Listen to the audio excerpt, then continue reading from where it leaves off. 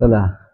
निधाय हृदि विश्वेशं विधाय गुरुवंदनम बालानां सुखबोधाय क्रियते तर्कसंग्रहः. तर मंगलाचरणावर विचार चालू आहे तर्कसंग्रहाच्या. काल आपण मंगलाचरणाचा अर्थ पाहिला. काय मंगलाचरणाचा काय अर्थ आहे रे? काय म्हणतात मंगलाचरण? काय कोणाला वंदन करतात? गुरूंना वंदन करतात. कोणाला हृदयात ठेवून वंदन करतात? विश्वेश्वर भगवान विश्वनाथाला हृदयात ठेवून वंदन करतात. काय करतात? वंदन करून काय करतात?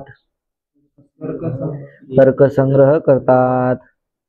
आणि कोणाकरता करतात? बालांना, है ना, बालांना सुखाने बोध होण्याकरिता तर्कसंग्रह केला जातो. मग हा तर्कसंग्रहाचे कर्ते कोण आहेत? अन्नम भट्ट. अन्नम भट्टाद्वारे हा तर्कसंग्रह केलेला आहे.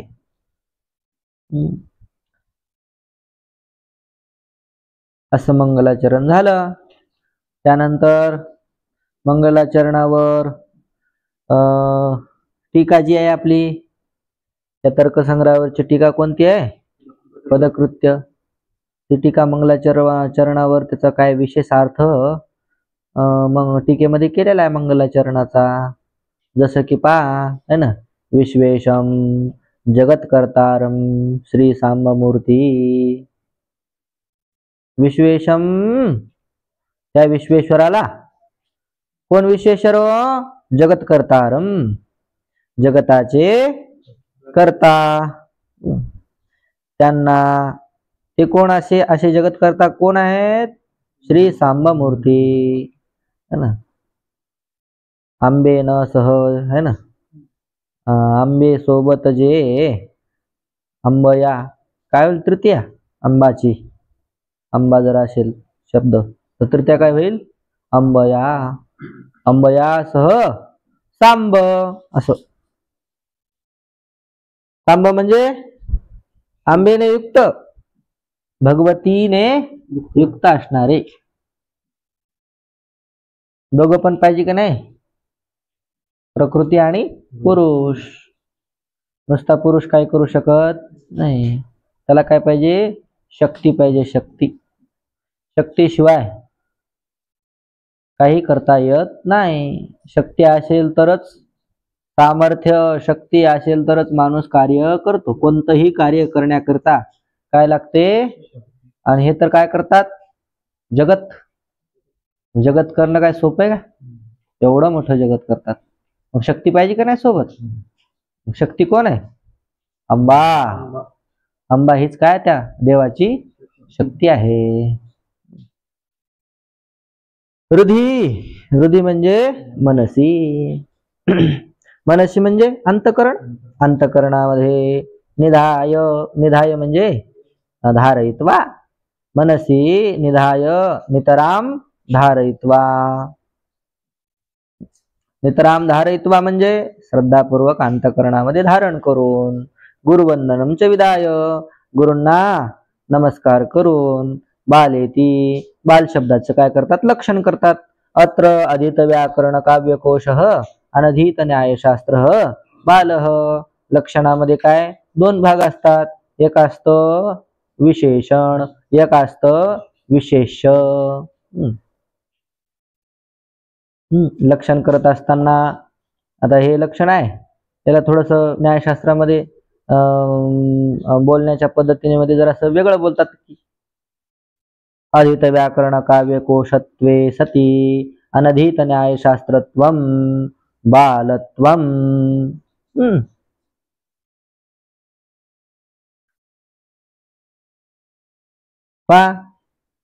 तर काल यावर विचार झाला होता आपला. नुसतं अधीत व्याकरण काव्य कोश एवढंच जर लक्षण केलं बालाचं तर ते कोणावर अतिव्याप्त होतं? व्यासादिकांवर. आणि नुसतं जर एवढंच लक्षण केलं अनधीत न्यायशास्त्र बालः तर कोणावर लक्षण होत जातं? ते स्तनधारीवर जातं, म्हणजे लक्षावर जाऊन आणि अलक्षावर सुद्धा जातं, त्याला म्हणायचं अतिव्याप्ती दोष. त्या लक्षणामध्ये अतिव्याप्ती नावाचा दोष आहे. जे लक्षण लक्षावर जाऊन पुन्हा अलक्षावर सुद्धा जातं, त्याला ते कशाने कोण्या दोषाने युक्त आहे ते लक्षण? मग अतिव्याप्ती दोषाने युक्त आहे.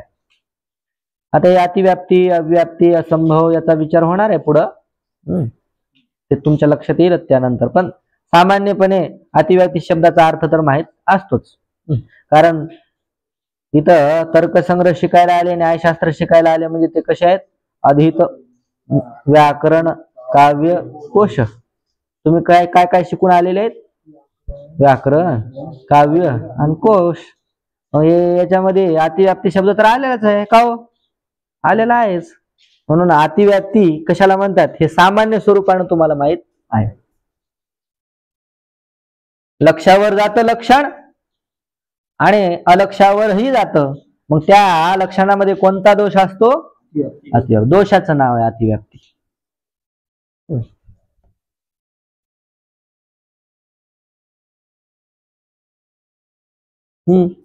तर दोन लक्षणामध्ये दोन भाग आहेत, त्यालाच काय म्हणतात? दल.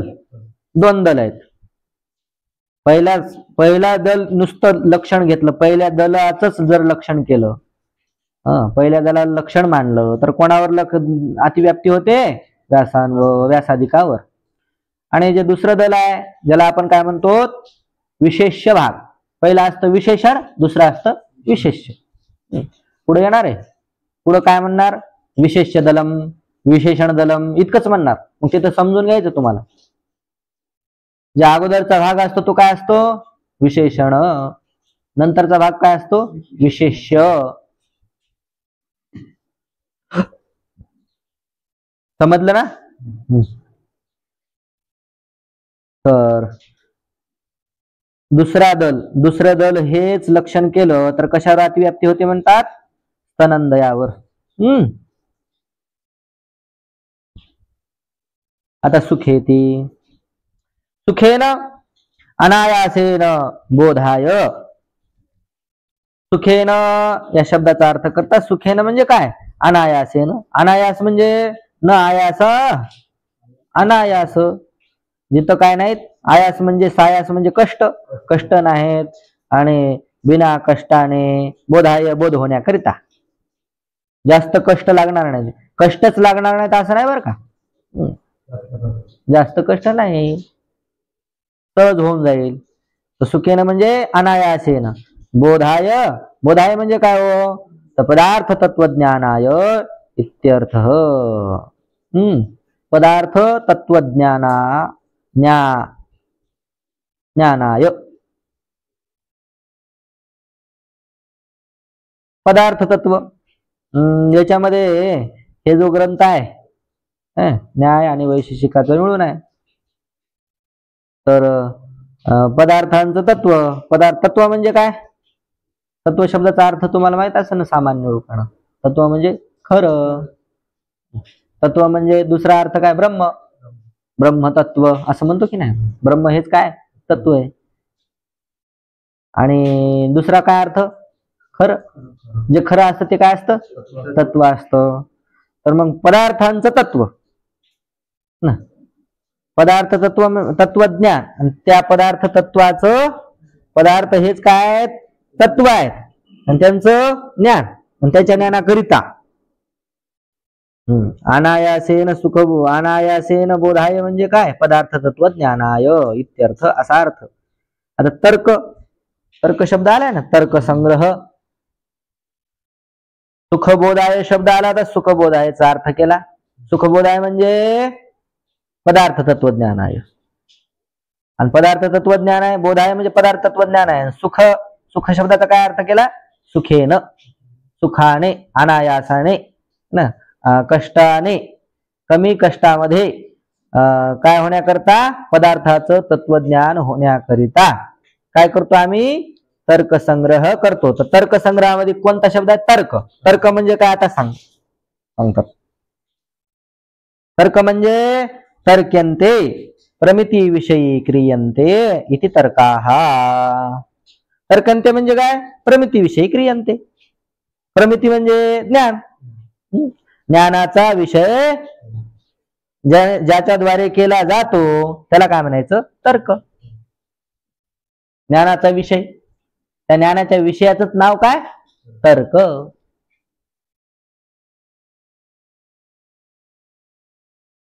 मग ज्ञानाचे विषय कोण आहे त्या ग्रंथामध्ये? तर द्रव्यादी सप्तपदार्थ. त्या ग्रंथात किती पदार्थ सांगण्यात येणार? फक्त 7 पदार्थ. 7 पदार्थ म्हणजे फक्त 7 पदार्थ. आणखी आहेत का जगात दुसरे पदार्थ? जगात नाही, अख्खं जग मिळूनही 7च पदार्थ आहेत. 7 पदार्थ अतिरिक्त दुसरं काहीही नाही. ते जगात म्हणायचं बी नाही. जगात सहित 7 पदार्थ. किती पदार्थ एकूण? वो भी सब, उसमें छूटेगा कुछ भी नहीं. इन 7 पदार्थों में कुछ नहीं छूटने वाला. तर ज्ञानाचा विषय करायचे. कोण विषय करायचा ज्ञानाचा? तर कोण? सप्तपदार्थ, द्रव्यादी सप्तपदार्थ, तेषां संग्रह. त्यांचा संग्रह. कोणाचा? द्रव्यादी 7 पदार्थांचा संग्रह. संग्रह म्हणजे काय? संग्रह म्हणजे आपण काय करतो? जमा करण्याला संग्रह केला म्हणतो. ते घ्यायचा काही तर संग्रह नाही. संग्रहाचं विशेष लक्षण करतात. संग्रह कशाला म्हणतात? संक्षेपेण उद्देश्य लक्षण परीक्षा यस्मिन् स ग्रंथ. संक्षेपेण म्हणजे थोडक्यात, उद्देश, लक्षण, परीक्षा, यस्मिन म्हणजे ज्यामध्ये, तो ग्रंथ, सहग्रंथ, तो ग्रंथ, त्याला काय म्हणायचं? संग्रह. संग्रह कशाला म्हणायचं? तर ज्यामध्ये थोडक्यात उद्देश. उद्देश वेगळा बरं का, हे उद्देश आहे. काय? उद्देश. उद्देश कशाला? ज्याच्यामध्ये उद्देश असणार, लक्षण असणार आणि परीक्षा असणार. आता हे काय? हे 3 ज्याच्यामध्ये असतात त्याला म्हणायचं संग्रह. संग्रह म्हणजे जमा करणं नाही. संग्रह म्हणजे काय काय काय काय काय? उद्देश, लक्षण आणि परीक्षा ज्या ग्रंथामध्ये असतं त्याला म्हणायचं संग्रह. तो ग्रंथ. जसं की अर्थ संग्रह, तर्क संग्रह, पुन्हा सर्व दर्शन संग्रह, सर्व लक्षण संग्रह.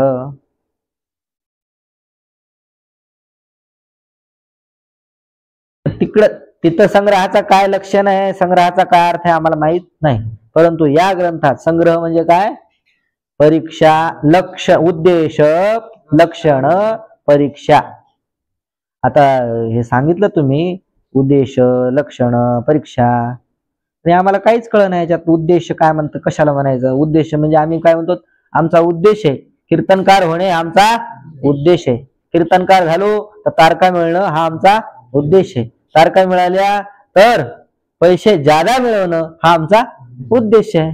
आम्हाला एवढाच उद्देश माहित आहे. हे उद्देश हे माहित नाही ना. हे उद्देश काय? उद्देश, तो उद्देश आणि हे उद्देश फरक आहे दोन्ही शब्दामध्ये, लक्षात ठेवा. तर उद्देश कशाला म्हणायचं? नाम मात्रेण वस्तु संकीर्तनम उद्देश. नाम मात्रेण वस्तु संकीर्तन. केवळ नाम मात्राने, नाव सांगणं, वस्तूचं नाव सांगणं. नाम मात्र, वस्तूचं नाम मात्र कीर्तन करणं. कीर्तन करणं म्हणजे कथन करणं. वस्तूच्या नावाचं फक्त कथन करणं, त्याला काय म्हणायचं? उद्देश. नाम मात्रेण वस्तु संकीर्तनम उद्देश. लक्षात. यथा उदाहरण देतात, यथा द्रव्यम गुणाः. आता द्रव्य येणार आहे, त्याच्यामध्ये द्रव्य किती आहेत, गुण किती आहेत, नुसतं गुण सांगणार. द्रव्य पृथ्वी, आप, तेज, वायू, आकाश, काल, दिशा, आत्मा, मनांसी. नुसते नावं सांगितली का नाही? पृथ्वी काय भानगड, आकाश काय भानगड, आत्मा काय, हे काही सांगितलं नाही. केवळ काय सांगितले? नाव नाव नाव सांगितले है ना. गुण काय आहेत? गुण शब्द स्पर्श रूप रस गंध है ना इत्यादी. नुसते नाव सांगणं त्याला म्हणायचं उद्देश. नावांचं कथन करण्यालाच काय म्हणायचं? उद्देश. यथा द्रव्य गुणायती असाधारण धर्मो लक्षणम. आता दुसरं संग्रहामध्ये 3 येणार. एक काय येणार? उद्देश. दुसरं काय येणार? लक्षण. तिसरं काय येणार? परीक्षा. उद्देश आम्हाला कळल. उद्देश म्हणजे नाव सांग, नावांचं कथन करणं. कोण कोण आहेत त्यांचं कथन करणं. हे लक्षण काय हो? लक्षण कशाला म्हणायचं? तर लक्षणाचं लक्षण करतात.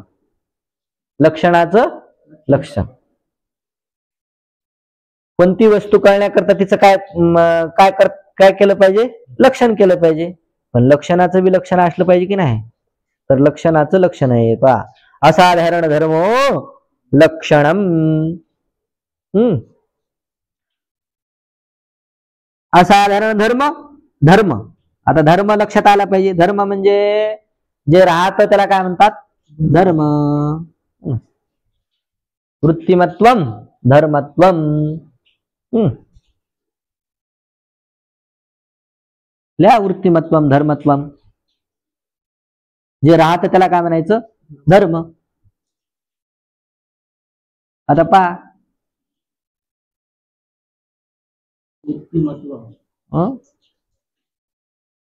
धर्मत्वम.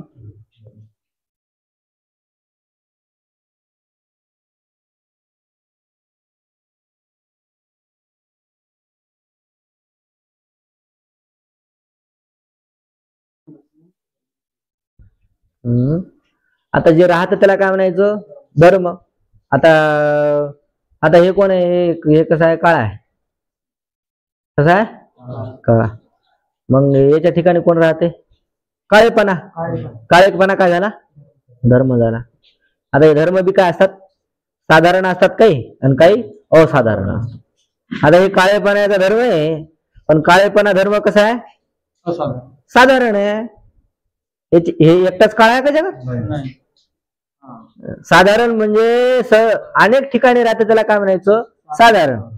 आणि असाधारण म्हणजे फक्त तिथंच राहतं, दुसरीकडे राहत नाही, त्याला म्हणायचं असाधारण. आता हे काळा होय तर हे एकटाच काळा आहे का? काळेपणा हा धर्म याच्या ठिकाणी आहे. तर हा कसा आहे? साधारण धर्म आहे. हा काळेपणा अनेक ठिकाणी राहतो. कितीतरी जगामध्ये काळे लोक आहेत. मग हे काळा जो धर्म आहे तो साधारण आहे की असाधारण आहे? साधारण धर्म आहे. आणि काही धर्म कसे असतात? असाधारण असतात. असाधारण. आता शिंग असणं, गायीचं लक्षण केलं, गायीचा धर्म केला. गायीचा धर्म काय? शिंग. तर मग गायीला शिंग आहेत, म्हशीला पण शिंग आहेत, आणि पुन्हा शेळीला पण शिंग आहेत. मग शिंग असणे काय? साधारण धर्म आहे. शिंग असणे हे साधारण धर्म आहे. पण गळ्याला काय म्हणतात ते? पोळी. गळ्याला पोळी असणं त्याला संस्कृत मध्ये स्नासना म्हणतात. ती स्नासना असणं गळ्याला ते काय? गायीचा असाधारण धर्म आहे. गल कंबल है ना, गळ्याची पोळी. आमच्याकडे काय म्हणतात? गळ्याची पोळी म्हणतात. तुमच्याकडे पोळी. ती पोळी दुसऱ्या प्राण्याला आहे का? नाही. गाय सोडून दुसऱ्या प्राण्याला आहे का? नाही. गो सोडून कोण्याही प्राण्याला नाही. मग ते गाय कंबल असणं म्हणजेच काय? गळ्याची पोळी असणं हे साधारण झालं की असाधारण झालं? असाधारण लक्षण झालं. जे असाधारण लक्षण जे असाधारण असतं, असाधारण जो धर्म असतो, गळ्याला पोळी असणं हा जो धर्म आहे तो कसा धर्म आहे? असाधारण धर्म आहे. काळेपणा हा धर्म आहे तो कसा धर्म आहे? साधारण धर्म आहे. म्हणजे असाधारण धर्म असतो त्यालाच काय म्हणायचं? लक्षण. तन्मात्र वृत्तित्वम. तन्मात्र वृत्तित्वम असाधारणत्वम. असाधारण कशाला म्हणायचं? असाधारण. तन्मात्र म्हणजे तिथंच जे राहत आणि दुसरीकडे राहत नाही, त्याला म्हणायचं असाधारण धर्म.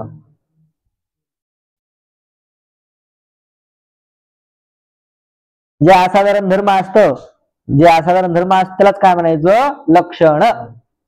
लक्षण कशाला म्हणायचं मग? असाधारण धर्माला. साधारण धर्माला लक्षण म्हणायचं नाही. मग साधारण धर्म अशा मग किती बी असाधारण धर्म असू शकतात, आणि साधारण धर्म पण कितीही असू शकतात. म्हणजे एका वस्तूच्या ठिकाणी असाधारण एकच धर्म असला पाहिजे असा काही नियम नाही. जसं उदाहरण देतात, यथा गंधवत्वम पृथ्व्याः. पृथ्वीचं काय लक्षण आहे? गंधवत्वम. गंधवत्वम म्हणा किंवा गंध म्हणा. गंध हे कोणाचं लक्षण आहे? पृथ्वीचं लक्षण आहे. गंधवत मतु प्रत्यय, आणि त्याला पुन्हा काय झालं? त्व प्रत्यय झाला. मतु प्रत्यय होऊन तो प्रत्यय झाला की ते प्रकृतीचाच अर्थ, जो मूळ अर्थ आहे प्रकृतीचा म्हणजे शब्दाचा, तोच अर्थ त्याच्यातून निघतो. जसं की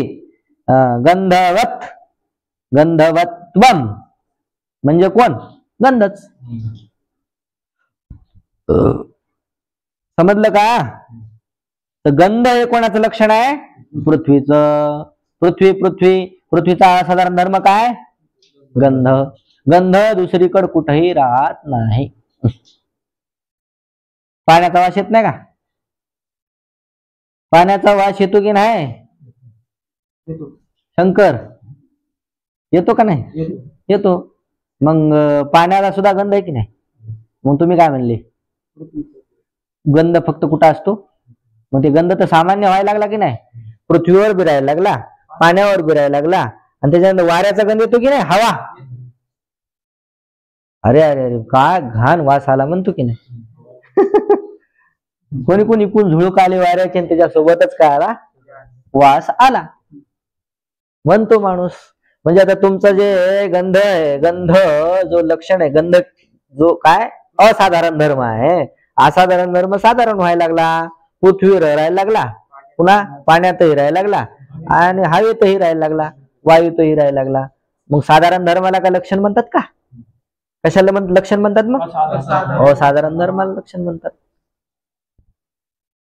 पण तसं नाही. गंध केवळ पृथ्वीत राहतो.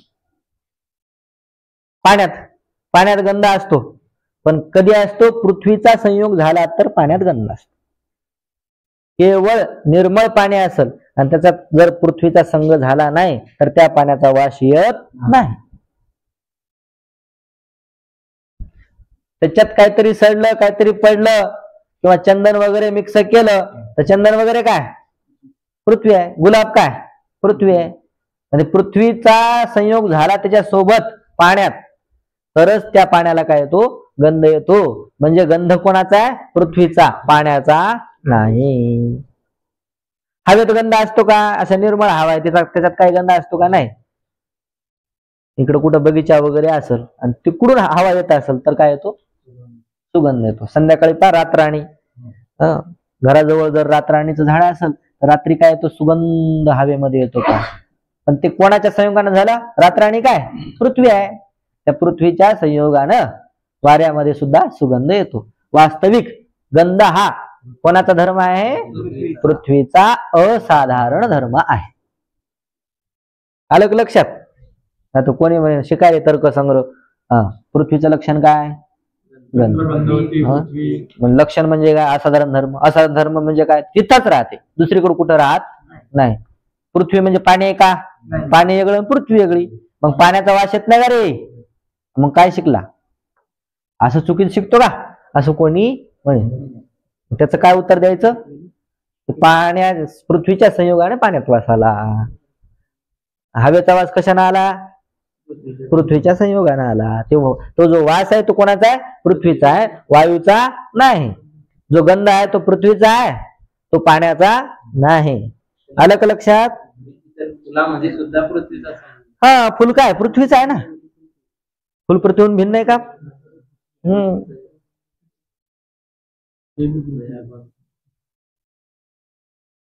बरं, आता काय परीक्षा. लक्षण कळालं, उद्देश कळाला, उद्देश कळालं, लक्षण कळालं. आता कोण राहिलं मग? परीक्षा. परीक्षा कशाला म्हणायचं बा? लक्षितस्य लक्षणम संभवती न वा इति विचारः परीक्षा. लक्षितस्य लक्षणम, जे लक्षित आहे, लक्षित म्हणजे ज्याचं लक्षण करायचं त्याचं नाव काय? लक्षित. ज्याचं लक्षण करायचं असतं त्याला म्हणतात लक्षित. त्या लक्षितावर लक्षण संभवत म्हणजे लक्षणावर, लक्षितावर लक्षण जात की नाही जात. संभवती वा न इति असा जो विचार आहे त्याला म्हणायचं परीक्षा. परीक्षा, परीक्षा कशाला म्हणायचं? विचाराला परीक्षा. कोणत्या विचाराला परीक्षा म्हणायचं? लक्षितावर म्हणजे लक्षावर लक्षण जातंय की नाही, चाललंय की नाही याचा विचार करणं, त्याच नाव काय? परीक्षा. परीक्षा म्हणजे आपली ही शाळेची परीक्षा नाही, गेले परीक्षेला 100 मार्काचा पेपर 3 घंट्यात द्या असं नाही. परीक्षा म्हणजे ज्याचं आपण लक्षण करायलो त्याला म्हणायचं लक्षित. आणि त्याच्यावर लक्षण चाललंय की नाही असा जो विचार करणं त्याचं नाव परीक्षा. बन गई बात? समजलं का? तर मग ह्या तिघायचं फळ सांगतात. हे कशा करता बा? उद्देश कशा करतात? तर उद्देश पक्ष ज्ञानम फलम. उद्देशाचं पक्ष ज्ञान हे काय? फल आहे. उद्देशाचं काय फल आहे? पक्ष ज्ञान. उद्देशाचं प्रयोजन काय? पक्ष ज्ञान. पक्ष ज्ञान म्हणजे प्रतिपादित विषय त्या विषयाचं ज्ञान. कोणत्या विषयाचं प्रतिपादन करायचंय अगोदर सांगावं लागेल की नाही? सप्तद्रव्य सांगावं लागतील. द्रव्य कोणते आहेत? द्रव्य कोणते? पृथ्वी, आप, तेज, वायू, आकाश, काल, दिशा, आत्मा, मन. हे किती? 9 द्रव्य. अगोदर नाव सांगावं लागेल की नाही? त्यालाच काय म्हणायचं? पक्ष ज्ञान. ज्याचं वर्णन करायचंय, ज्याच्यावर विचार करायचाय त्याचं नाव सांग, ते कळालं पाहिजे. पक्ष ज्ञान त्याला म्हणायचं पक्ष ज्ञान. अजून याचा दुसरा बी पक्ष म्हणजे काय ते पुढे येणार आहे. सर्व काय येणार आहे? पक्ष कशाला म्हणायचं, पुन्हा साध्य कशाला म्हणायचं, हेतू कशाला म्हणायचं त्याचा विचार पुन्हा येणार आहे. पण पक्ष ज्ञान म्हणजे काय? ज्याच्यावर विचार करायचा ते, ती वस्तू, त्याचं नाव. उद्देशाचं काय? उद्देशाचं फळ काय मग? पक्ष ज्ञान. आणि लक्षणस्य इतर भेद ज्ञानम. लक्षणाचं फळ काय? लक्षणस्य इतर भेद ज्ञानम. इतराहून हे वेगळं कसं आहे हे कशानं कळतं? लक्षणानं कळतं. लक्षणस्य फलम. लक्षणाचं फळ काय? इतर भेद ज्ञान. इतराहून हे वेगळं त्याचं ज्ञान होणं हेच काय? लक्षणाचं फल आहे. आता लक्षण केलं आपण काय? पृथ्वीचं लक्षण काय केलं? गंध. गंध जिच्यामध्ये असतो त्याला म्हणायचं पृथ्वी. मग ही पृथ्वी 9 द्रव्यामध्ये पृथ्वीला कोण वेगळं करून दाखवलं? गंधानं. मग गंध काय? लक्षण आहे ना. त्या लक्षणानं 9 द्रव्यातून पृथ्वीला वेगळं करून दाखवलं. किंवा गायीचं लक्षण केलं, जिला काय असते? पोळी असते, तिला म्हणतात गाय. मग त्या गायीला सर्व प्राण्यांमधून कोण वेगळं करून दाखविलं? पोळीनं. पोळी काय झालं? तिचं लक्षण झालं, वेगळं करून दाखवतं. लक्षण काय करतं? लक्षणाचं काय फळ आहे? वेगळं करून दाखवणं हेच.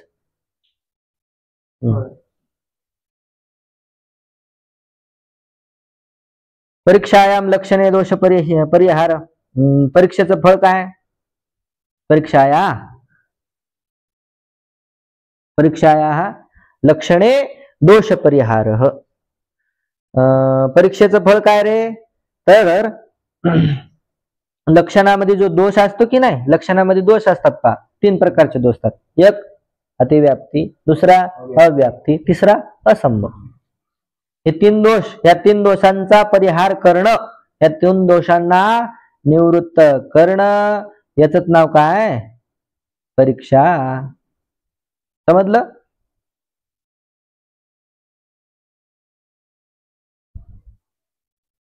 इति मंतव्यम, असा काय केलाय? विचार. अशा प्रकारे मंगलाचरण आपण केला विचार.